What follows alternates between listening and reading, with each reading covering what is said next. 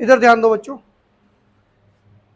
तो आज हम लोग बात करेंगे some important questions based on the Euclid geometry को लेकर।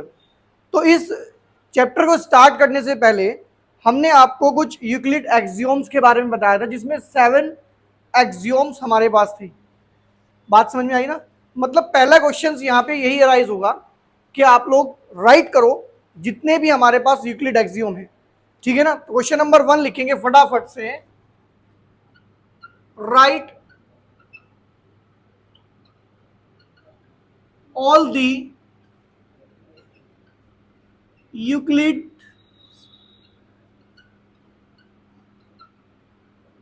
axioms। तो जितने भी हमारे पास एक्सियोम्स हैं एक एक करके लिखेंगे हम लोग अभी, जिसमें फर्स्ट वन हम लोगों के पास आता है things which are equals to the same thing are equals to. Next one आता है if equals are added to equal then wholes are. Third one है if equals are subtracted from the equal then remainder are. Next है things which coincide each other are equals to one another. Next, fifth one, a whole is always greater than a part. Sixth, things which are double of the same thing are equals to one another, and things which are half of the same thing are equals to one another. तो ये हमारे पास 7 Euclid एक्सियोम्स हैं। ये एक्सियोम्स अभी जब हम questions करेंगे उसमें ऐसे यूज होंगे जैसे आप ट्राइंगल्स वगैरह में जो थ्योरम्स थी उनको यूज करते थे आप लोग, ठीक है ना? ऐसे ही ब्रैकेट्स में आप क्या करोगे, एक्सियोम्स लिखोगे जब क्वेश्चंस करोगे। क्लियर बात है? तो ये था हमारा क्वेश्चन नंबर 1। अभी करेंगे हम लोग क्वेश्चन नंबर 2। देखो भाई, क्वेश्चन नंबर 2, क्वेश्चन नंबर 2 है हाउ मैनी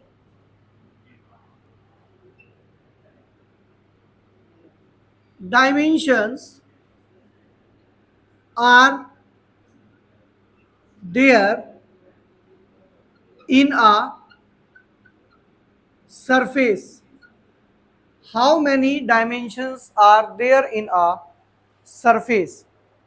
देखो बेटा, अगर हम लोग बात करें किसी सरफेस की, तो जितनी भी सरफेस होती हैं, जैसे हमारा बोर्ड भी अपने आप में एक सरफेस है, तो इसमें क्या होता है, ये सारे 2D होते हैं। सारे क्या होते हैं? 2D मीन्स 2 डायमेंशनल होते हैं। तो जितनी भी सरफेस होती है उनकी ऑलवेज 2 डायमेंशंस होती है, लेंथ एंड ब्रेथ। तो यहां पर आंसर में आएगा बच्चों, आंसर में आएगा 2 डायमेंशंस। कितनी होती है? तो जितनी भी हमारे पास सरफेस होती हैं उनमें कितनी डायमेंशंस होती हैं? 2। क्वेश्चन नंबर 3, तो क्वेश्चन नंबर 3 कहता है बच्चों how many dimensions are there in a solid. देखो बच्चों, जो सॉलिड होता है, जैसे ये मार्कर है, इसकी अपनी एक लेंथ भी है, इसकी अपनी एक विड्थ भी है और इसकी अपनी एक हाइट भी है। बात समझ में आई? जैसे देखो, ये अगर हम लोग बात करें, इसे एज ए सॉलिड कंसीडर कर सकते हैं हम लोग। इसकी अपनी लेंथ भी है, इसकी अपनी ब्रेथ भी और इसकी अपनी एक हाइट भी है। तो जितने भी सॉलिड्स होते हैं उनके पास 3 डायमेंशंस होती हैं, क्योंकि वो 3 डायमेंशनल होते हैं। तो यहां पर हमारे पास बच्चों आंसर जाएगा दैट इज 3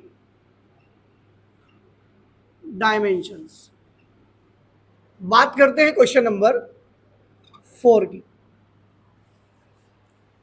क्वेश्चन नंबर 4 कहता है हाउ मैनी, क्वेश्चन नंबर 4 कहता है बच्चों how many lines can be passed through,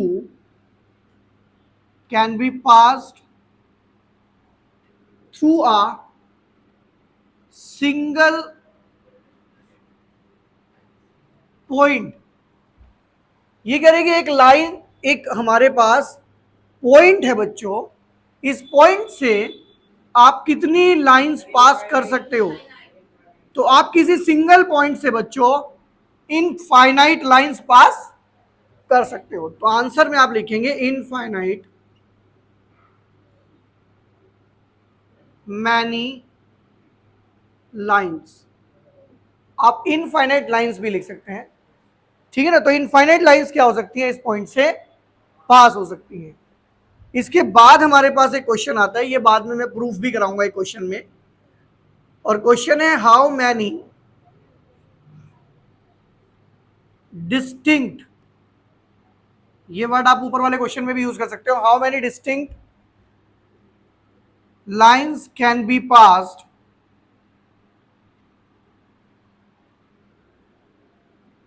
through two given points. तो अगर हमारे पास कोई दो पॉइंट है तो उनसे आप कितनी लाइंस पास कर सकते हो, ये P पॉइंट है हमारा, ये Q, तो बेटा एक ही लाइन होगी जो इन दोनों पॉइंट से पास होगी। डिस्टिंक्ट वर्ड इसलिए लिखा क्योंकि कभी आप कहोगे इसी के ऊपर मैंने 50 लाइन बना दी, ठीक है ना। तो यहां पर आंसर आएगा आप लोगों के पास, दैट इज वन लाइन, केवल एक ही लाइन आप ड्रॉ कर सकते हैं, ठीक है ना। इसके बाद क्वेश्चन नंबर 6, मैंने कहा था बहुत सारे छोटे छोटे क्वेश्चंस बनते हैं इस चैप्टर से। क्वेश्चन है how many chapters are there in Euclid's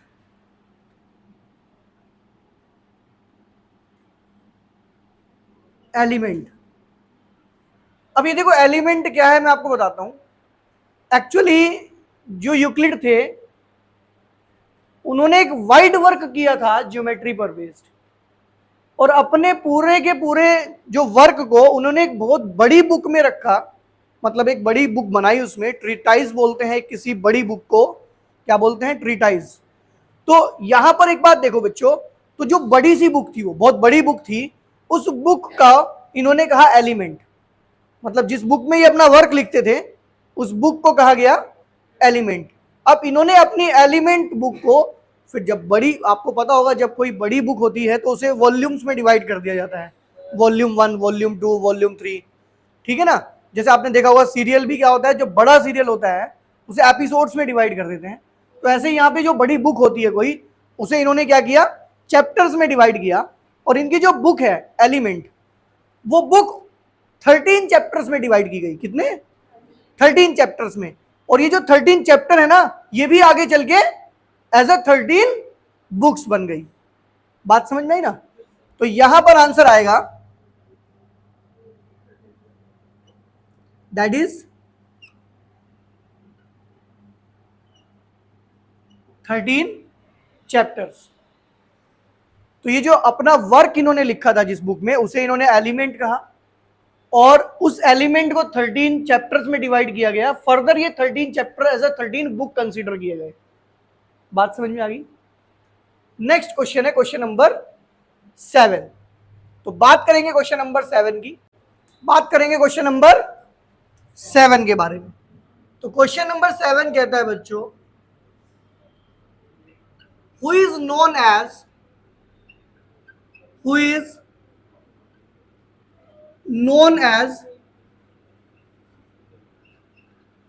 father of geometry. Who is known as the father of geometry? तो Euclid is known as the father of geometry, क्योंकि यूक्लिड ने ही सबसे ज्यादा काम किया था किस पर, ज्योमेट्री पर। तो यहां पर आंसर आएगा Euclid is known as father of geometry. ये जो यूक्लिड थे ये एक मैथमेटिशियन थे, और इजिप्ट की एक जो यूनिवर्सिटी थी अलेक्जेंड्रिया, उसमें ये प्रोफेसर थे। हाँ नाम है ये, ठीक है ना। Euclid is known as the father of geometry. Egypt के अंदर एक यूनिवर्सिटी थी, उसमें ये एज ए टीचर थे। Next one, question number 8।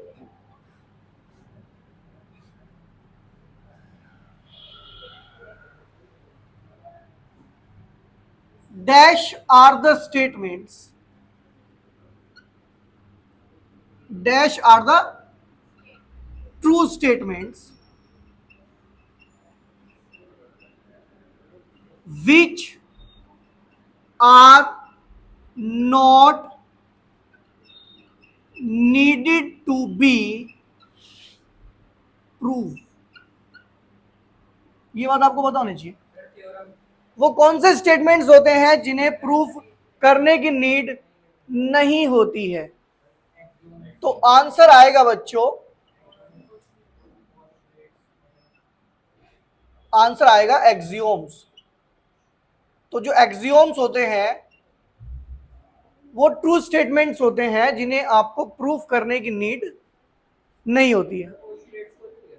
Postulates को भी नहीं होती है, क्योंकि पोस्टुलेट्स जो होते हैं वो खुद ही एक्सियोम्स होते हैं, ठीक है ना, related to a particular field.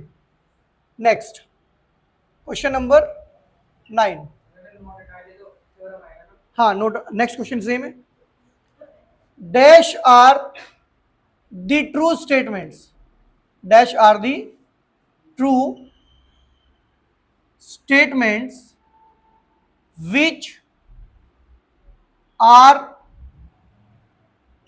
needed to be proved। अब आपको कुछ ऐसे स्टेटमेंट्स के बारे में बताना है जो कि आपको प्रूफ करने पड़ते हैं, दैट आर द थ्योरम्स। यहां पे आंसर आएगा, तो थ्योरम्स कुछ ऐसे स्टेटमेंट्स होते हैं जिन्हें आपको प्रूफ करने की नीड होती है। बात समझ में आ गई?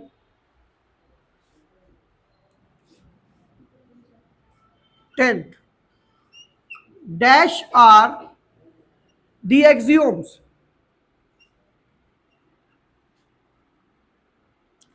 Specific to geometry. आपको बताया था कि कुछ ऐसे एक्सियोम्स होते हैं जो किसी पर्टिकुलर फील्ड से रिलेट करते हैं, और हम ज्योमेट्री की बात करें तो हमारी ज्योमेट्री से रिलेट करते हैं, जिन्हें बोलते हैं हम लोग पोस्टुलेट्स। क्या बोलते हैं बच्चों? तो यहां पे आंसर आएगा postulates. Question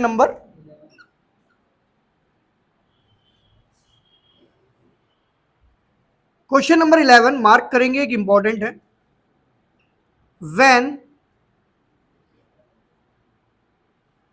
when a system of axioms is called consistence।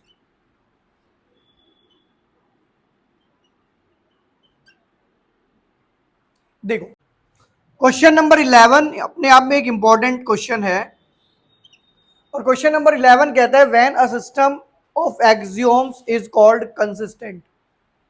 ये कह रहे कि भाई जो सिस्टम ऑफ एक्सियोम है ये कंसिस्टेंट कब होगा। मान लो, सपोज करते हैं मेरे पास एक्सियोम 1 लिखा है, एक्सियोम 2 लिखा है, एक्सियोम 3 लिखा है, एक्सियोम 4 लिखा है। ये 4 एक्सियोम मेरे पास लिखे हुए हैं। बात समझ में आ गई? अगर ये चारों के चारों एक्सियोम होल्ड करें, मतलब चारों के चारों एक्सियोम ट्रू रहें और एक दूसरे को कॉन्ट्राडिक्ट ना करें, एक दूसरे को, मतलब ऐसा ना हो कि जो एक्सियोम ये कहे उसका उल्टा ये कहे। बात समझ में आ गई ना? तो अगर ये चारों एक्सियोम एक साथ होल्ड करते हैं और ये एक दूसरे को कॉन्ट्राडिक्ट नहीं करते हैं, मतलब एक दूसरे का अपोज नहीं करते हैं, तो उस कंडीशन में ये चारों के चारों एक्सियोम्स, ये सिस्टम जो है ये कंसिस्टेंट माना जाएगा। लिखेंगे, अ system of axioms, a system of axioms is called consistent if all the axioms hold together without any contradiction. Without any contradiction. With one another. मतलब it means that if we have 3 to 4 axioms and they hold together without any contradiction, then these axioms are called consistent. बात समझ में आ गई ना? मतलब हमारे पास जो axioms हैं 2, 3, 4 जितने भी हैं हमारे पास, वो एक सिस्टम होता है axioms का. अगर वो सारे के सारे एक साथ होल्ड भी करें और एक दूसरे को कॉन्ट्राडिक्ट भी ना करें, तो उस कंडीशन में उन्हें कंसिस्टेंट कहते हैं. क्या कहते हैं? तो ये हो गए हमारे क्वेश्चन 11. अब हम करेंगे बात क्वेश्चन नंबर 12 की. रफ कर दें इसको. क्वेश्चन नंबर 12 कहता है बच्चों, solve the following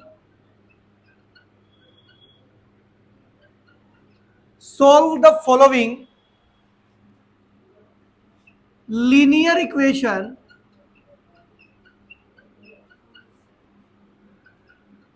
and also write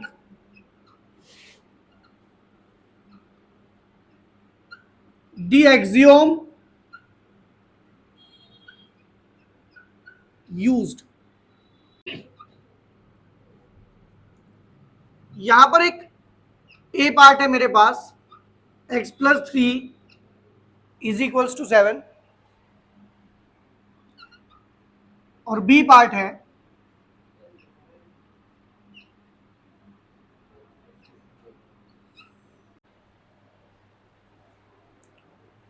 देखो भाई ध्यान से.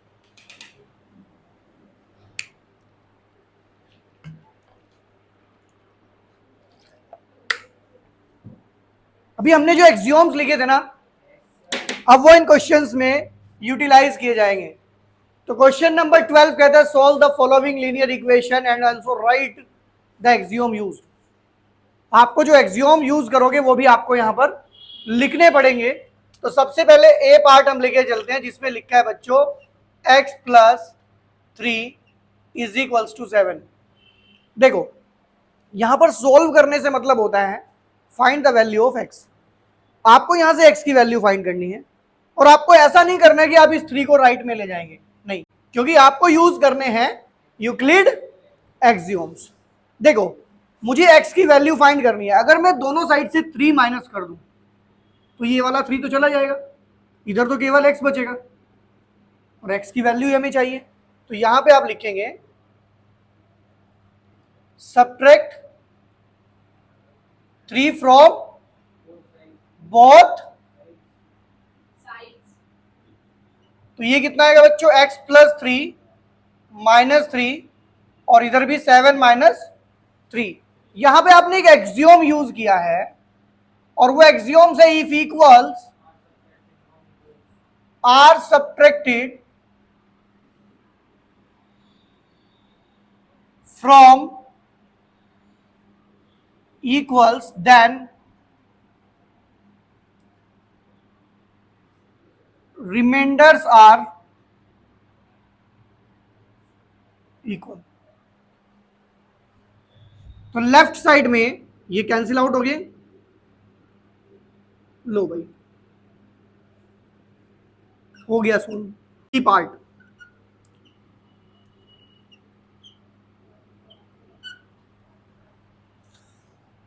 देखो भाई इधर देखो बच्चों, अगर बी पार्ट में हम लोग यहां से 7 हटाना चाहते हैं तो मुझे 7 दोनों साइड ऐड करना पड़ेगा.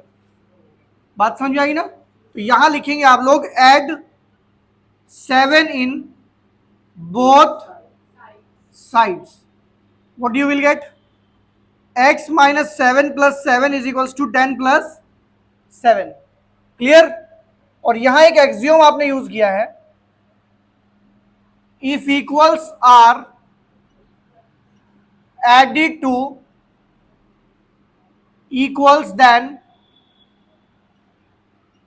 wholes are equal। चलो तो ये तो हो जाएगा x, क्योंकि 7 से 7 कैंसिल हो जाएगा और ये हो जाएगा 17। एक बात ध्यान रखना, अगर आप लोग इसे सॉल्व करते हैं without writing the axiom then marks will be 0, क्योंकि यहां पर ये क्वेश्चन इसलिए नहीं दिया कि आप इसे सॉल्व करें, इसलिए दिया कि आपको ये पता होना चाहिए कि आपने एक्सियोम कौन सा यूज करना है। तो जो 1 मार्क्स का क्वेश्चन आएगा तो ये 1 मार्क्स इस पर बेस्ड रहेगा।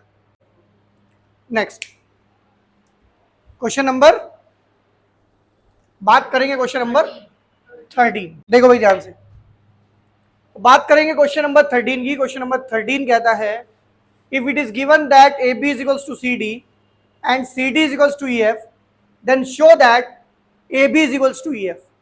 देखो क्वेश्चन में मेंशन नहीं किया गया है कि यहां पे यूक्लिड एक्सियोम यूज करना है। इट मींस दैट ये बात अंडरस्टूड है कि यूज करना है। बात समझ रहे हो ना, आप पहचान रहे हो क्वेश्चन यूक्लिड से है और आपको यहां पे क्या करना है, एक्सियोम यूज करना है। तो देखो कौन सा एक्सियोम यहां यूज होगा, ये जो ए बी है ये सी डी के इक्वल है, मतलब ए बी भी सी डी के इक्वल है और ये भी सी डी के इक्वल है। तो एक एक्सियोम था हमारे पास, things which are equals to the same thing are equals to one another.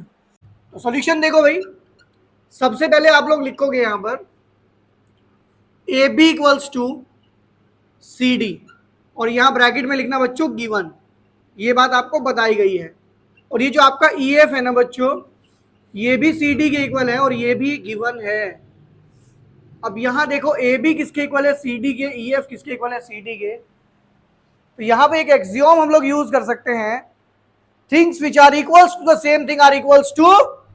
तो यहां इंप्लाइज करके लिखो A B equals to E F और ब्रैकेट में लिखेंगे since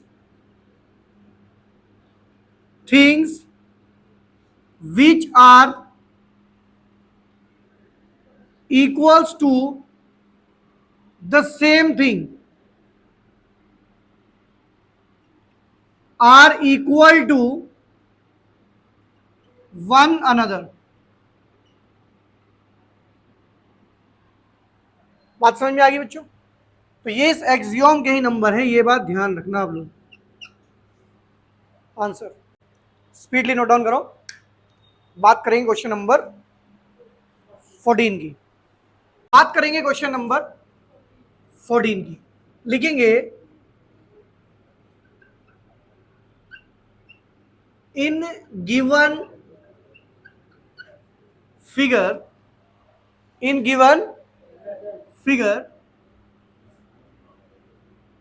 AB is equals to CD, then show that AC is equals to BD।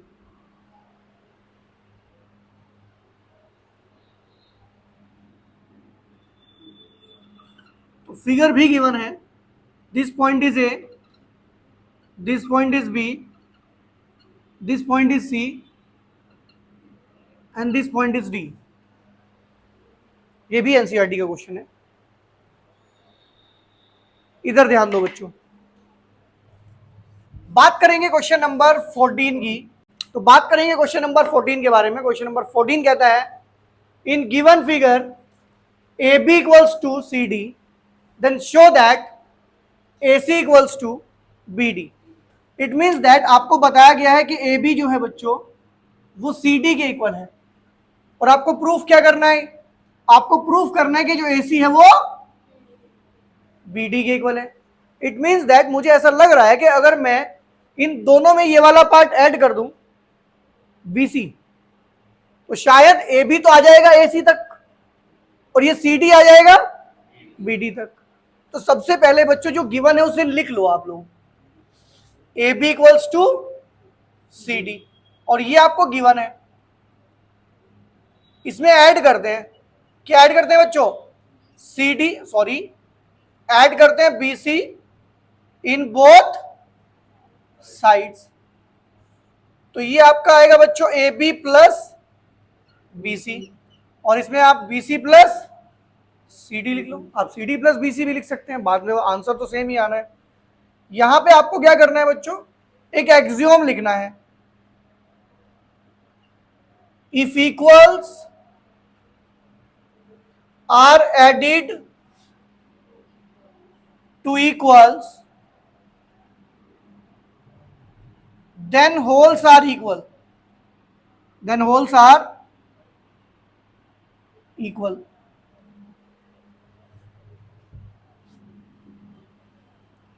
Clear. A B plus B C कितना हो जाएगा बच्चों, ए सी, और ये कितना हो जाएगा, ये हो जाएगा बच्चों बी डी।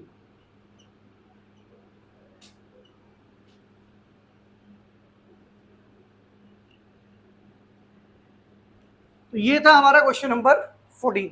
अभी डिस्कस करेंगे क्वेश्चन नंबर 15। क्वेश्चन नंबर 15 कहता है, in given figure AC equals to BD,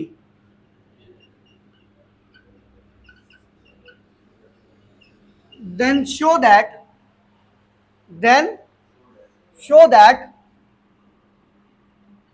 AB equals to CD। ये एक जस्ट अपोजिट क्वेश्चन है 14 का। जो गिवन था वहां वो प्रूव करना है, और जो प्रूव करना था वो गिवन है। तो यहां एक लाइन सेगमेंट है हमारे पास, this one A B C and D. देखो अभी क्या हुआ है बेटा, अभी आपको ये जो AC है ये इक्वल गिवन है BD के, और आपको प्रूफ करना है AB इक्वल्स टू, मतलब दोनों साइड से इस बार BC माइनस कर देंगे ना, इस बार BC को हम सब्ट्रैक्ट कर देते हैं। चलो आंसर लिखते हैं। सबसे पहले लिखेंगे बच्चों AC इक्वल्स टू BD, और यार रीजन क्या दोगे, सब्ट्रैक्ट करते हैं BC from both sides, what you will get, AC minus BC and BD minus BC। Reason क्या दोगे भाई, if equals are subtracted from equal then remainders are, if equals are subtracted from equals then remainders are equal।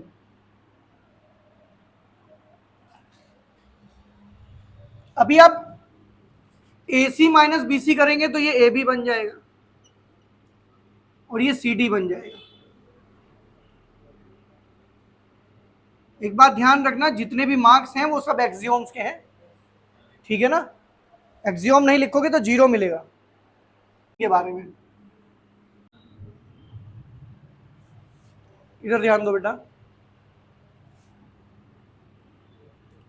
Question number 16 कहता है, if x plus y is equals to 10, ये question मैंने कई बार देखा है पेपर में, then show that x plus y plus z is equals to 10 plus z। कई बार ना ये क्वेश्चन कई बार मल्टीपल में आया है, और बस इतना पूछा गया कि एक्सियोम कौन सा यूज हुआ है, केवल क्या पूछा गया है। तो सबसे पहले आप एक बात देखो बच्चों, यहां पे आपको गिवन क्या है, बात समझ में आएगी ना। पहले क्वेश्चन देख लो, क्वेश्चन कहता है, इधर देखो बच्चों, क्वेश्चन नंबर 16 आपको कहता है, if x plus y is equals to 10 then show that x plus y plus z is equals to 10 plus z। और मैंने अभी बताया आप लोगों को, क्वेश्चन मैंने कई बार देखा है पेपर में, और कहाँ देखा है मैंने इसको, मल्टीपल चॉइस में देखा है, और इसमें पूछा जाता है कि कौन सा एक्सियोम यहाँ पे यूज किया गया है। देखो साफ साफ पता चल रहा है। अब बहुत सारे क्वेश्चन हम लोग कर चुके हैं तो हमें सारी बात क्लियर हो रही है। x plus y is equals to 10 जो कि गिवन है। अच्छा मुझे एक बात बताओ आप लोग, इसमें और इसमें क्या डिफरेंस होता है? दोनों साइड जेड ऐड हुआ है तो क्या करना है? ऐड करना है जेड बोथ साइड, ठीक है ना? तो ऐड कर देते हैं z in both sides. What you will get? You will get x plus y plus z is equals to 10 plus z. और सारा खेल इस एक्सियोम का था जहां पे लिखा जाएगा if equals are added to equal then wholes are equal, then wholes are equal।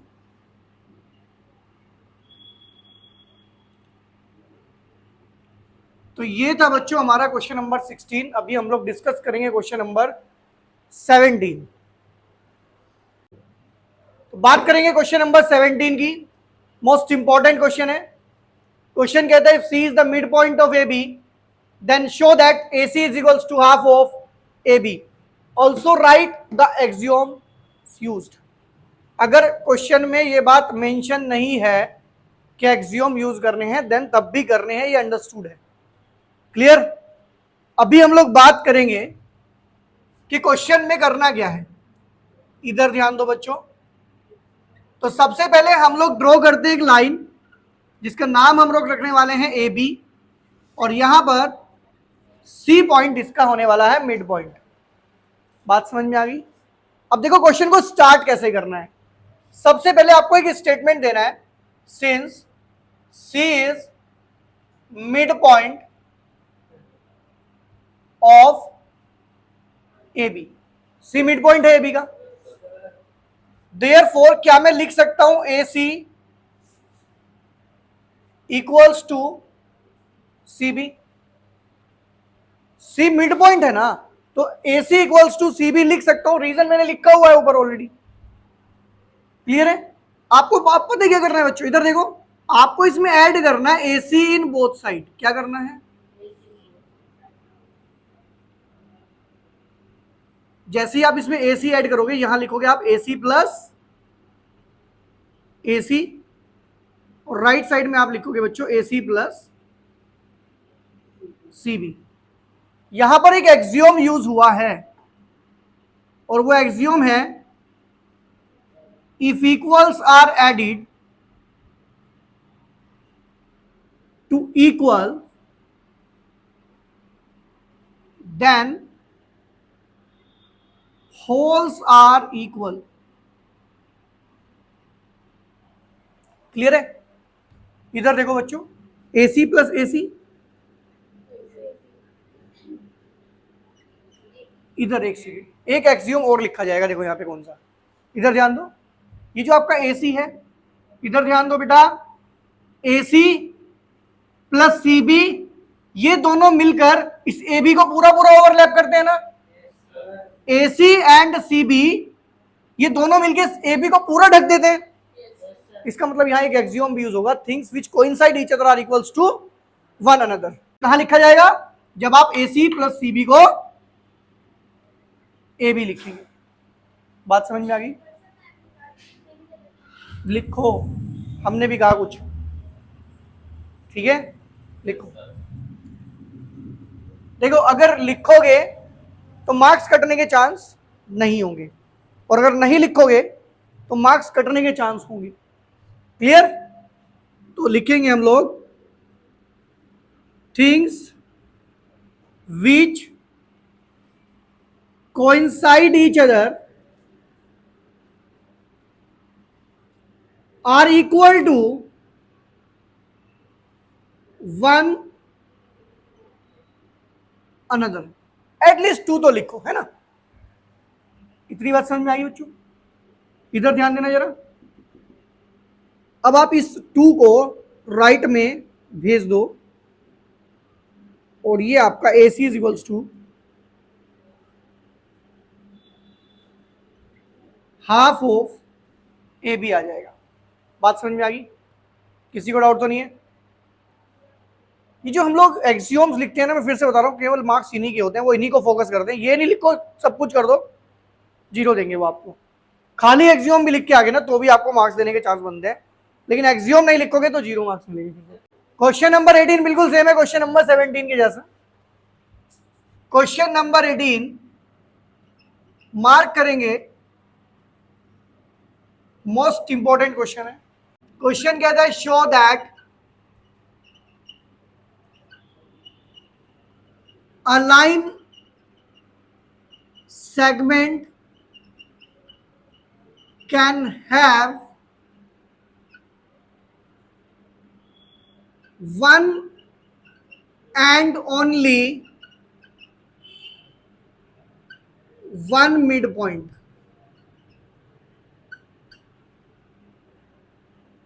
देखो, तो बात करेंगे क्वेश्चन नंबर 18 के बारे में। क्वेश्चन नंबर 18 कहता है show that the line segment can have one and only one mid point.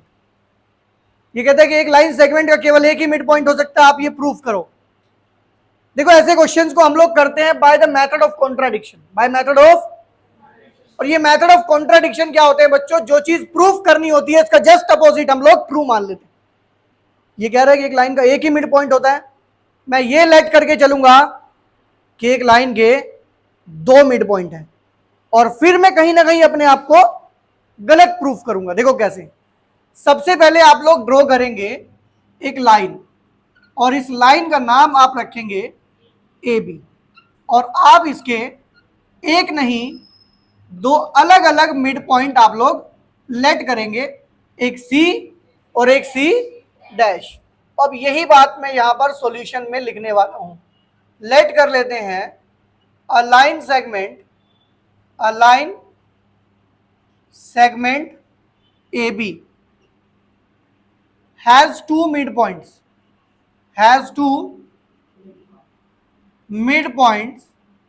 C and C dash.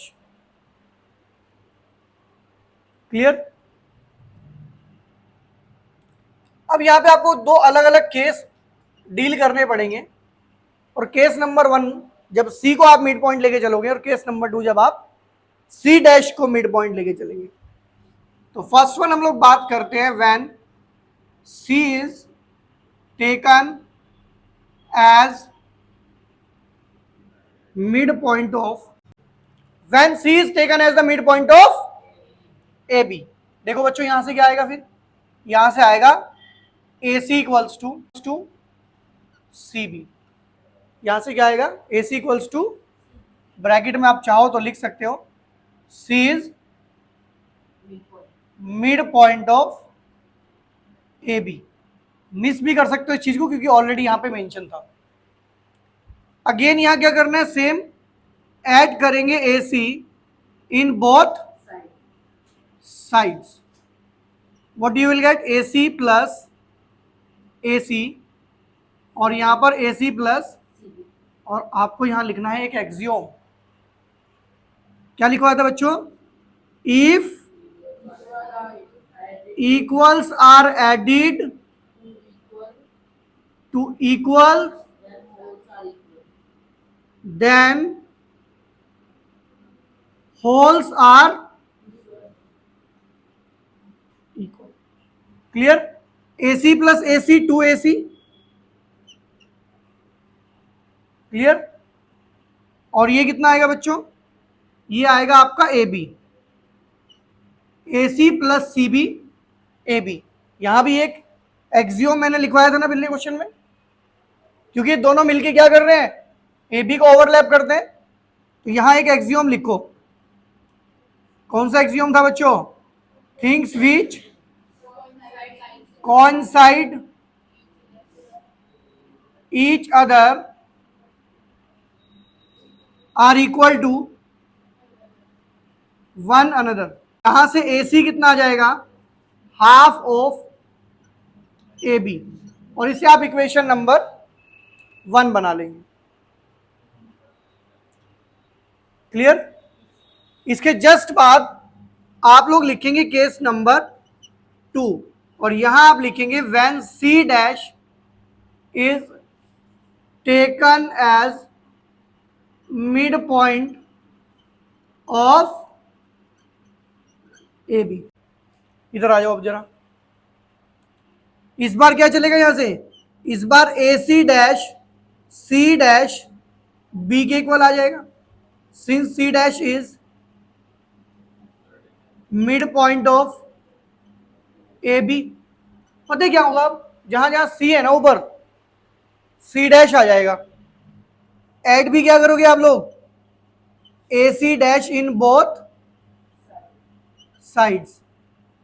तो करो बच्चों add, A C dash plus A C dash, A C dash plus C dash B, और यहां लिखेंगे हम लोग if equals are added to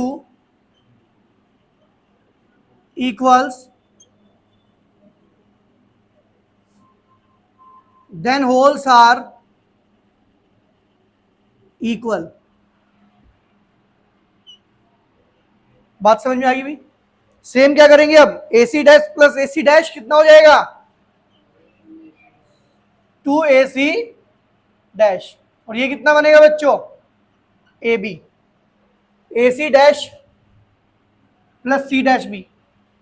फिर से यहां पे एक एक्सियोम लिखा जाएगा, कौन सा एक्सियोम बच्चों, things which coincide each other are equal to one another। यहां से आपका ए सी डैश जो है वो हाफ ऑफ ए बी आ जाएगा, और ये आपकी इक्वेशन नंबर बन जाएगी 2। ठीक है ना। अभी आपको करना क्या है, ये सारे क्वेश्चंस एक बार रिपीट करने हैं घर जाके। बात समझ में आ गई ना, होमवर्क नोटबुक में क्लियर। और ये एक्सियोम सारे लर्न होने चाहिए, सुनेंगे। चल